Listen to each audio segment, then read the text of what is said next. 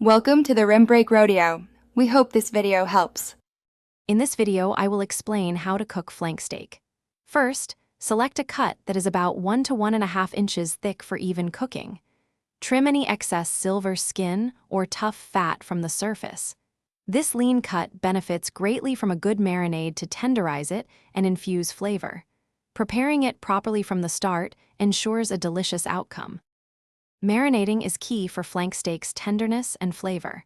Combine an acidic ingredient like citrus juice or vinegar with oil, herbs, and spices. Allow the steak to marinate for at least 30 minutes or, ideally, up to 12 hours in the refrigerator. Before cooking, always pat the steak completely dry to ensure a good sear and a beautiful crust. For the best results, cook flank steak quickly over high heat. Grilling or pan-searing are excellent choices. Aim for an internal temperature of 130 to 135 degrees Fahrenheit for a perfect medium rare. This usually means about 3 to 5 minutes per side, depending on thickness. Be careful not to overcook, as it can become tough. After cooking, it's crucial to let your flank steak rest for 5 to 10 minutes. This allows the juices to redistribute, ensuring a more tender and flavorful bite.